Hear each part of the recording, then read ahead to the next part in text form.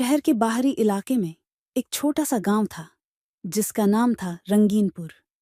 इस गांव के सबसे किनारे पर एक घना और रहस्यमयी जंगल था जिसे लोग जादुई जंगल कहते थे।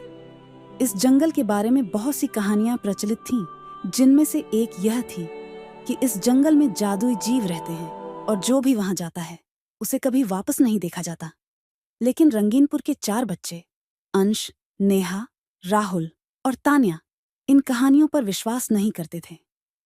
वे बहुत ही साहसी और जिज्ञासु थे। एक दिन उन्होंने फैसला किया कि वे इस जादुई जंगल के रहस्य को सुलझाएंगे। सुबह सुबह वे चारों अपने अपने बैग में खाने पीने का सामान और टॉर्च लेकर जंगल की ओर चल दिए। जब वे जंगल के प्रवेश द्वार पर पहुंचे तो उन्हें एक अजीब सी ठंडक महसूस हुई। जंगल के पेड़ बहुत ऊंचे और घने थे और उनकी पत्तियां चमक रही थीं, जैसे कि उन पर जादू किया गया हो। जैसे ही वे जंगल में अंदर गए, उन्हें चारों ओर से पक्षियों की अजीब आवाजें सुनाई देने लगीं। वे चारों बहुत ही उत्साहित थे, परंतु थोड़े डरे हुए भी थे। चलते चलते वे एक बड़े पेड़ के पास पहुंचे, जिसकी जड़ें बहुत ही अजीब थीं। राहुल ने ध्यान दिया कि उस पेड़ की जड़ों के बीच में एक छोटी सी दरवाजा है। चलो देखते हैं कि इसके अंदर क्या है, अंश ने कहा।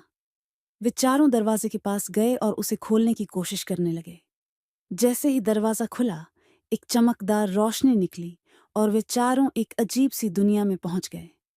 ये दुनिया बहुत ही सुंदर थी, लेकिन उसमें कुछ अजीब था। वहां के पेड़ और पौधे सब चमक रहे थे और हवा में एक मीठी सुगंध थी।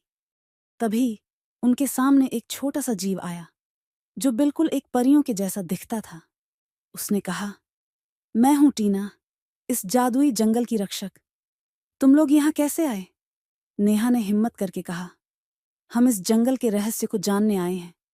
टीना ने मुस्कुराते हुए कहा, अगर तुम इस जंगल के रहस्य को जानना चाहते हो तो तुम्हें कई कठिनाइयों का सामना करना पड़ेगा, लेकिन अगर तुम सफल हुए तो तुम्हें यहाँ का सबसे बड़ा खजाना मिलेगा।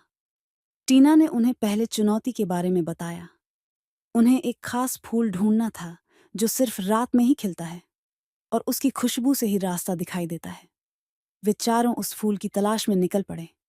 चलते चलते उन्हें कई अजीब जीव और पेड़ पौधे मिले, लेकिन वे हार नहीं माने। आखिरकार रात होते होते उन्हें वह खास फूल मिल गया। उसकी खुशबू से एक रास्ता दिखाई देने लगा, जो उन्हें एक गुफा की ओर ले गया। गुफा के अंदर बहुत ही अंधेरा था, लेकिन उनके पास टॉर्च थी। गुफा के अंदर पहुंचकर उन्होंने देखा कि वहां एक बड़ा सा दरवाजा है, जिस पर एक पहेली लिखी हुई थी। पहेली को हल किए बिना दरवाजा नहीं खुल सकता था। पहेली थी, मैं बिना पंखों के उड़ सकता हूँ, बिना आंखों के देख सकता हूँ, मैं बिना पैरों के दौड़ सकता हूँ, बताओ मैं कौन हूँ? वे चारों सोचने लगे। आखिरकार तान्या ने कहा, ये हवा है। जैसे ही तान्या ने हवा कहा, दरवाजा खुल गया और वे चारों अंदर चले गए। अंदर एक बड़ा सा कमरा था, जिसमें सोने चांदी के खजाने भरे हुए थे। लेकिन वहां एक और दरवाजा था जो उन्हें और भी अंदर की ओर ले गया। अंदर जाकर उन्होंने देखा कि वहां एक बड़ा सा पेड़ है, जिसके नीचे एक बूढ़ा आदमी बैठा हुआ है। उसने कहा, मैं हूं इस जंगल का रक्षक। तुमने मेरी सभी चुनौतियों को पार कर लिया है, इसलिए अब तुम्हें इस जंगल का सबसे बड़ा रहस्य बताता हूं। उस बूढ़े आदमी ने उन्हें बताया कि यह जंगल एक जादुई दुनिया है, जो सिर्फ उन लोगों के लिए खुलती है जो दिल से साहसी और सच्चे होते हैं। यहाँ के सभी जीव और पेड़ पौधे जादुई हैं और यह जंगल हमेशा उन्हें सुरक्षित रखता है।